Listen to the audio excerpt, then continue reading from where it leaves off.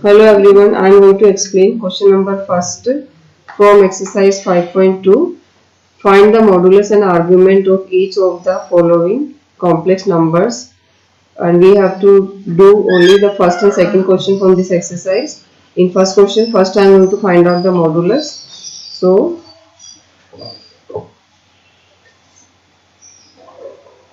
z is equal to -1 minus iota root 3. So modulus of z means mod z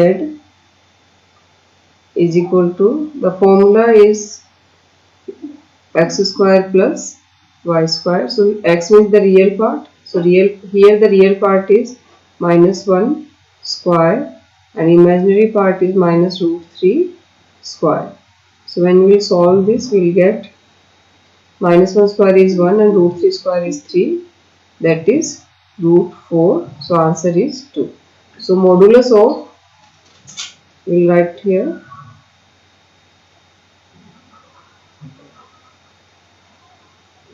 modulus of z, that is mod z, is equal to 2. Now we have to find out the argument. For the argument we have, I wrote some formulas here. Let me just concentrate. Here first work is we have to find out that the given complex number belongs in which quadrant. So students, there are 4 quadrants, first, second, third and fourth.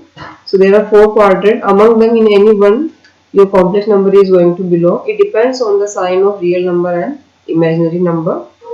So here in our complex number, the sign of real part is negative and imaginary part is also negative. So both are negative. So we'll see that if x and y both are negative, then you can see it lies in the third quadrant, because our complex number is of the type minus x minus iota y. So if our complex number lies in third quadrant, in that situation the argument means theta is minus pi plus tan inverse mod x upon y upon x. So it's a formula of argument. So firstly, it's very necessary to find out in which quadrant it belongs, and then according to that we have to use the formula. So there are 4 formulas for the argument and all 4 are different from each other, but you can say that 2 are in pair, like the first quadrant and fourth quadrant formulas are in pair. They are just mirror image of each other. Here only they are differ by the minus symbol, and these 2 formulas are also differ by only the minus symbol.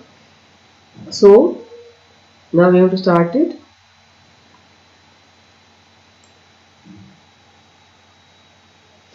So we have to find out the argument. So first we'll write down,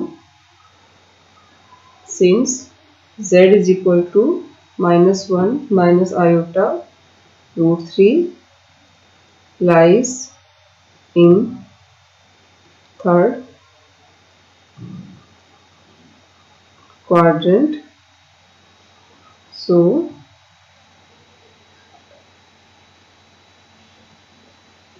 argument of z, that is theta.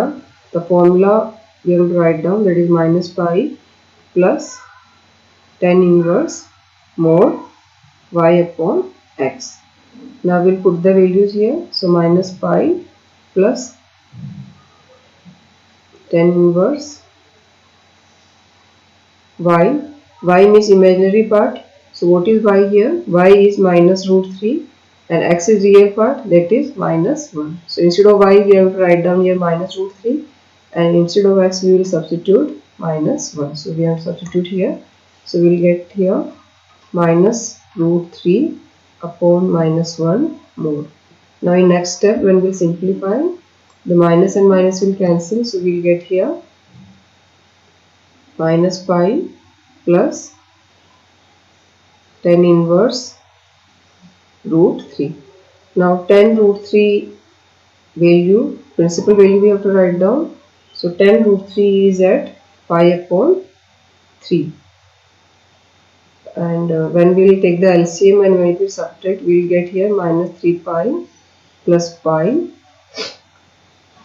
In next step we have to obtain it as y is equal to minus 2 pi upon 3. So that's our answer. Now we have to do the question number second. Question second is same thing. We have to find out the modulus and argument. Now question second, complex number which is given to us is minus root 3 and plus iota. So first we have to find out the modulus. So we'll write here modulus of z, that is mod z. The formula is root x square plus y square. We'll substitute the value. X means real part, that is minus root 3 square.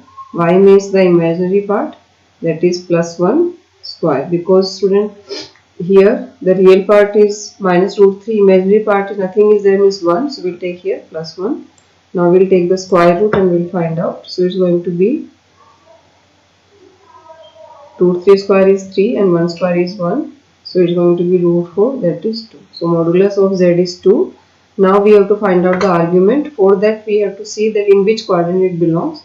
So here x is negative, real part is negative and imaginary part is positive.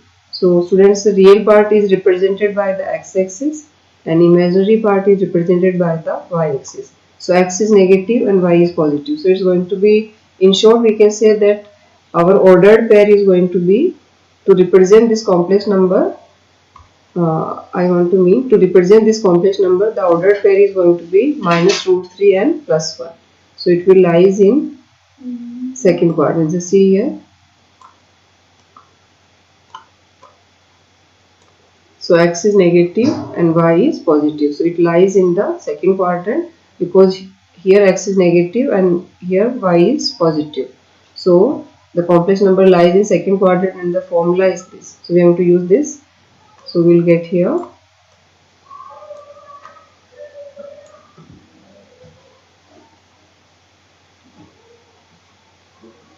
since z is equal to minus root 3 plus iota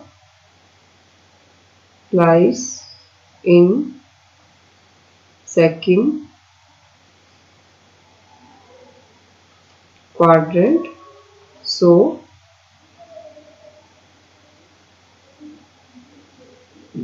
argument of z, that is theta, is equal to pi minus tan inverse mod y upon x. Now in this we'll put the value, we'll get answer. So y means the imaginary part, that is 1, and x means the real part, that is minus root 3. So we'll put the value. So we'll get here